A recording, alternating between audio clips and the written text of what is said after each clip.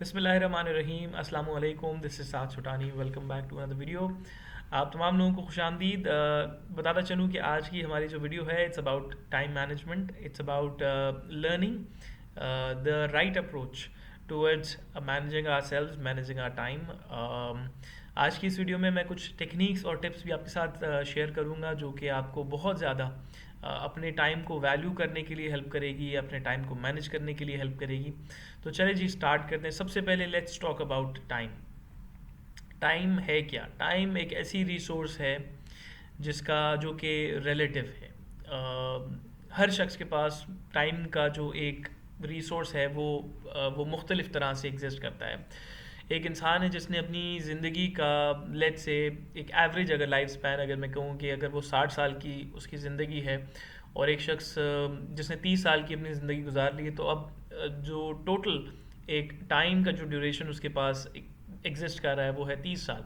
अब उस 30 सालों की एक अजम्पशन को लेते हुए, एक एक्सपेक्टेड टाइम को लेते हुए, वो उन 30 सालों के अंदर वो क्या अचीव कर पाता है और किस तरह से वो अपने लिए अपनी सक्सेस को कैसे अचीव कर पाता है, ये बेसिकली टाइम मैनेजमेंट है।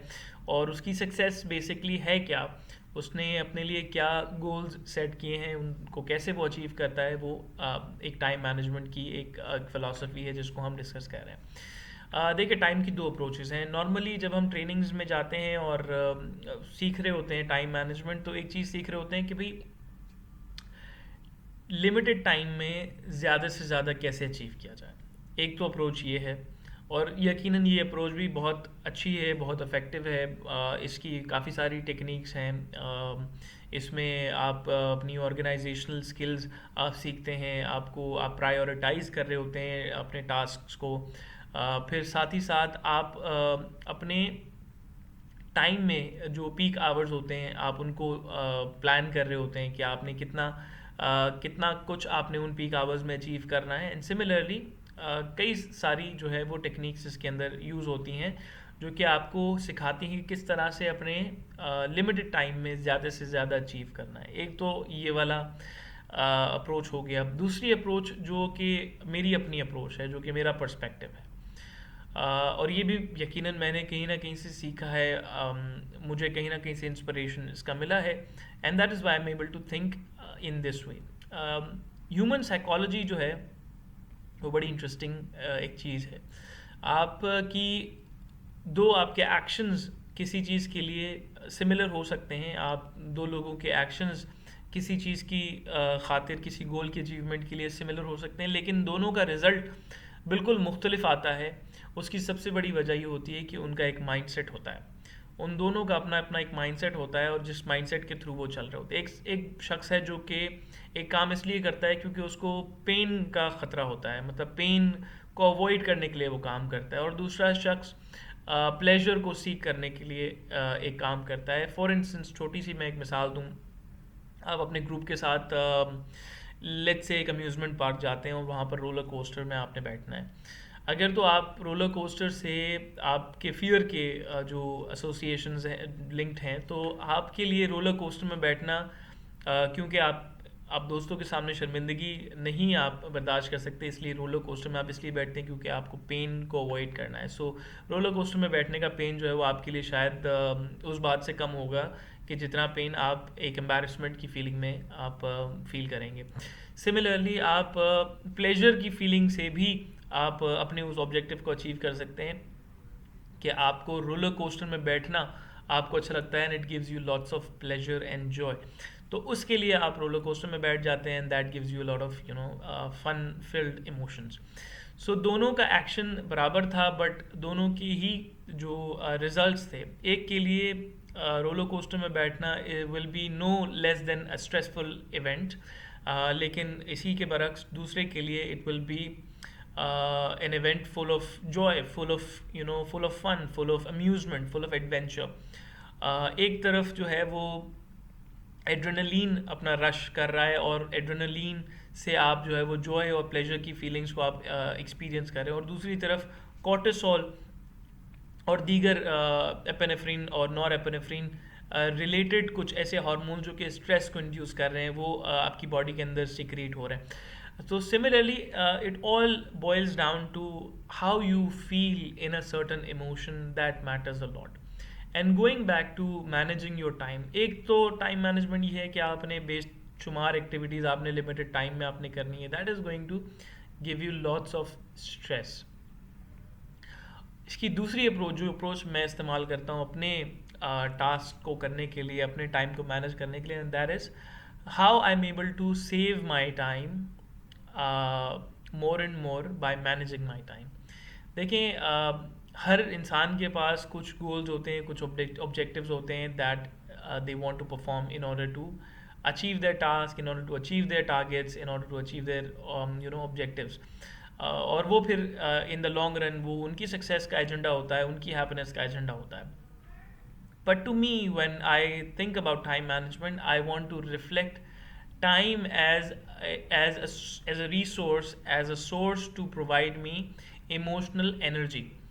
और ये वो इमोशनल एनर्जी है जो कि आप रिफ्लेक्ट बैक करते हैं. जब आप अपने पास्ट में देखते हैं तो आप रिफ्लेक्ट करते हैं देयर हैज़ बीन इवेंट्स जो कि आपकी इमोशनल एनर्जी में पॉजिटिव एनर्जी को कंट्रीब्यूट कर रहे थे, and there has been events जिसने आपकी इमोशनल एनर्जी में नेगेटिव एनर्जी को, नेगेटिव एक फीलिंग को आपकी बॉडी में इंड्यूस किया. सो आप किन उन इवेंट्स को देखकर you would like to smile and you would like to be proud of. I am sure everybody would like to have positive energies, positive emotions in their lives that they can reflect back.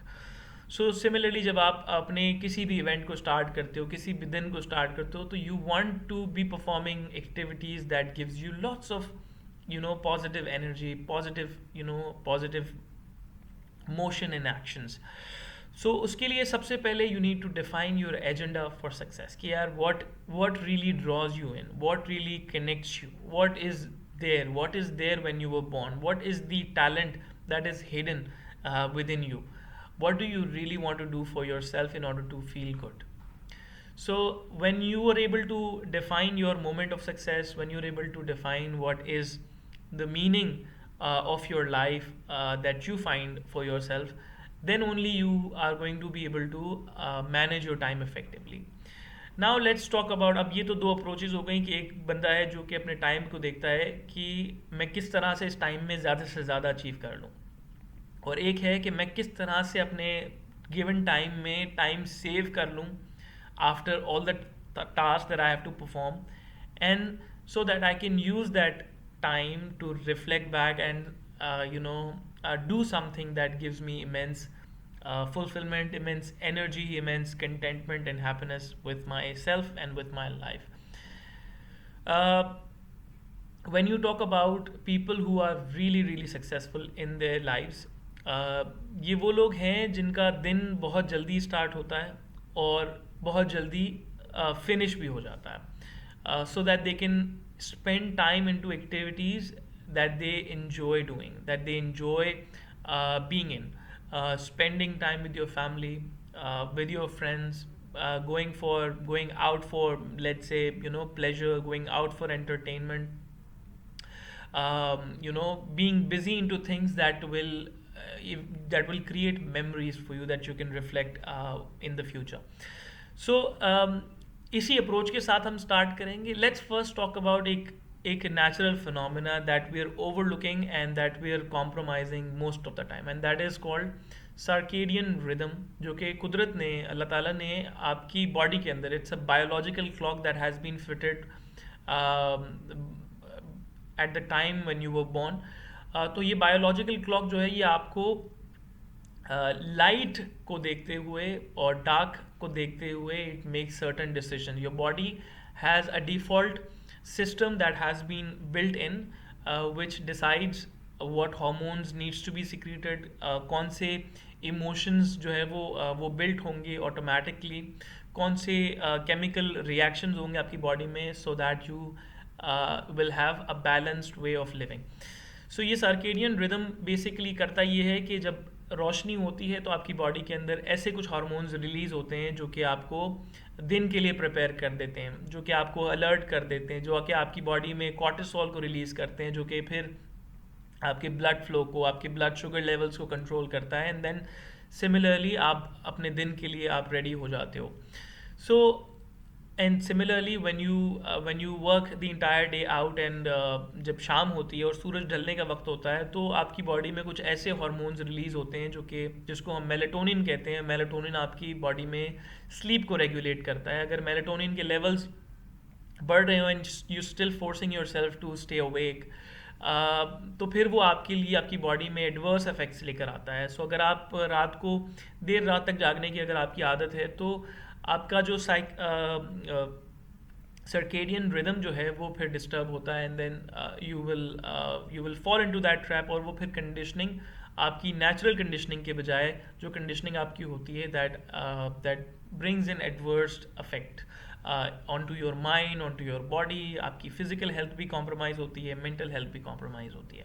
तो सबसे पहले तो you need to align yourself with the circadian rhythm, क्योंकि जो चीज़ अल्लाह ताला ने बनाई है वो इंसानों की भलाई के लिए भी है, वो उनकी कामयाबी के लिए भी है. और यही एक ऐसा फॉर्मूला है जिसको यूज़ करके ना सिर्फ आप अपनी फिज़िकल हेल्थ को मैनेज कर सकते हैं, बल्कि अपनी मेंटल हेल्थ और अपने पूरे रूटीन को आप मैनेज कर सकते हैं.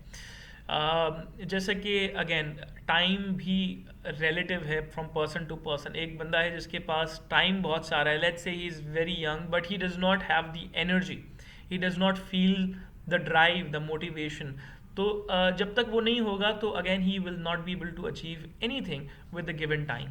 अगर एक बंदा है जिसके पास एनर्जी सारी है, he is very well discipline, he is very well routined, he knows when to go to bed, he knows when to get up, and there are times when you will have all the physical energy, when there are times when you have all the mental energy.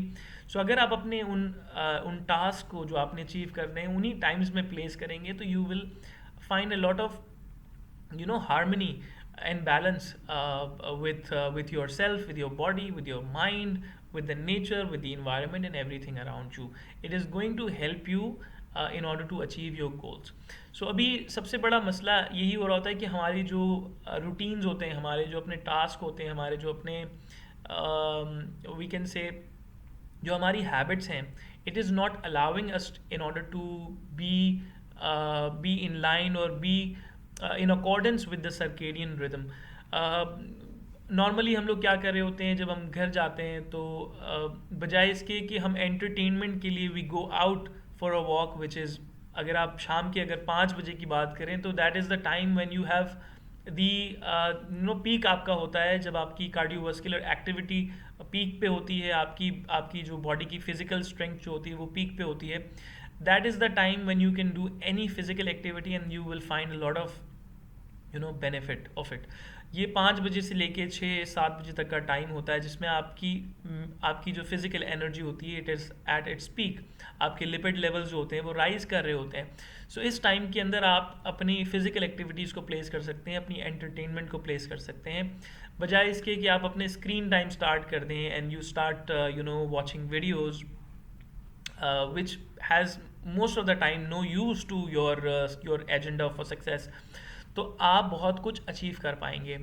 एक छोटा सा मैं मिसाल देता हूँ. जैसे for instance सुबह जो लोग जल्दी उठने के आदी होते हैं, if you are able to wake up at 7 और maximum 8, you will still be left with, अगर आप ऑफिस 9 बजे जाते हैं, काम करते हैं 9 बजे, तो फिर आपके पास 1 से 1.5 घंटा आपके पास मौजूद होता है जिसमें आप हल्की फुल्की वर्जिश कर सकते हैं, आप स्टडी कर सकते हैं. That is the time when the cortisol starts releasing in your body.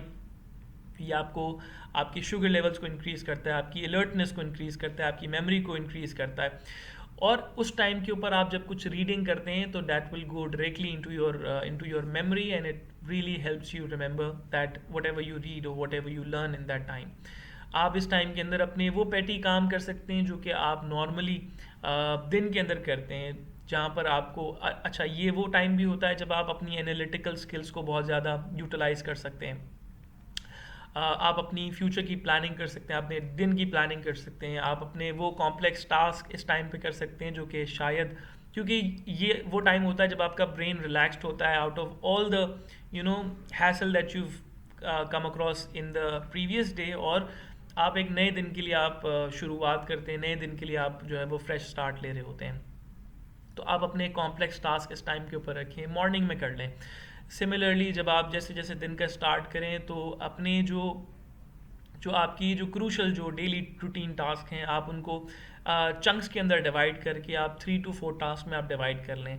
और कोशिश ये करें कि आप उस टास्क के अंदर जब उस ड्यूरेशन में जब उस टास्क को कंप्लीट कर लें तो give yourself a little break, जिसके अंदर आप रिफ्लेक्ट करें कि जो आपने अचीव किया है वो you able to achieve it in the best way possible and enjoy and appreciate yourself getting the task achieved. फिर similarly when the day is near to end, जब आप 5-6 बजे जब आप ऑफिस से क्लोज करें, कोशिश करें कोई ऐसी physical activity, go outside for some entertainment. Entertainment के लिए mobile phone is the worst option. अगर आपकी एंटरटेनमेंट मोबाइल फ़ोन है, entertainment will have no use to you. आप बच्चों को देखेंगे, बच्चे जो होते हैं वो बड़े क्यूरियस होते हैं, बाहर जाके खेलते हैं, दोस्त बनाते हैं।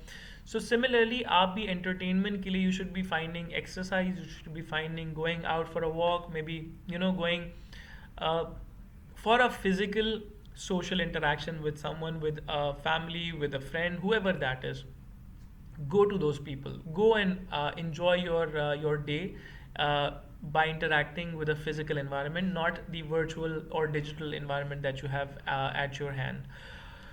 Similarly आगे जब बढ़ते हैं तो जितनी भी आपकी physical activity, it has to be closed by 8 or 9, however your routine is।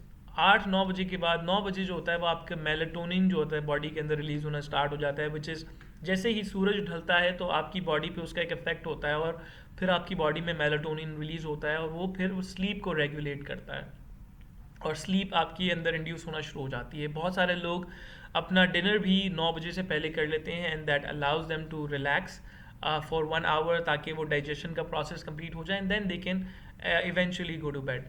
इस टाइम के अंदर अगर आपने अपनी स्क्रीन को देखना शुरू कर दिया, which a lot of people do, so बजाय इसके कि आपका सिस्टम स्लीप की तरफ आपको लेके जाएगा, it will start making you alert और वो कॉर्टिसोल रिलीज़ करना शुरू करेगा। तो एक बड़ा आपका मेंटल और फिजिकल आपका एक बॉडी के अंदर एक डिसबैलेंस और एक लैक ऑफ हार्मनी क्रिएट होगी, क्योंकि जब आप सुबह उठते हैं तो ब्राइट लाइट, आप सनलाइट को जब देखते हैं तो वो आपकी बॉडी में जो है वो कॉर्टिसोल और अलर्टनेस को इंड्यूस करता है।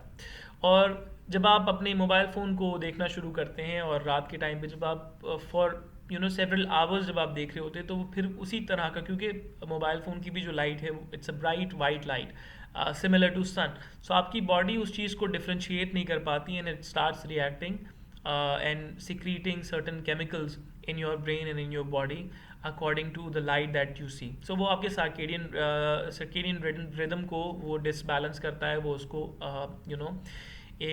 उसको हर्ट करता है। So having said that कि आपकी ये तमाम चीज़ें, ये आपका जो टाइम मैनेजमेंट है, it is deeply and very much affected by how you plan your day, how you plan your sleep, how you plan your energy, how you conserve your energy।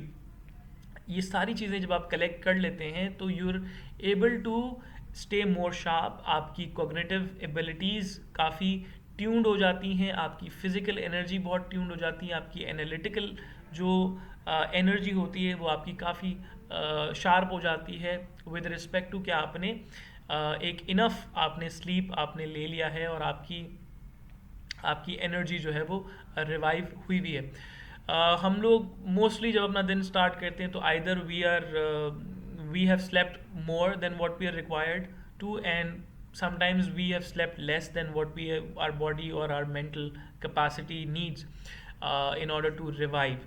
जितना भी आप पूरे दिन में करते हैं आपकी बॉडी, आपका जो ब्रेन होता है, it feeds that, it memorizes that in your memory, in your brain, ताकि आप उसको फिर नेक्स्ट फंक्शनल टास्क के लिए आप उसको यूटिलाइज कर सको।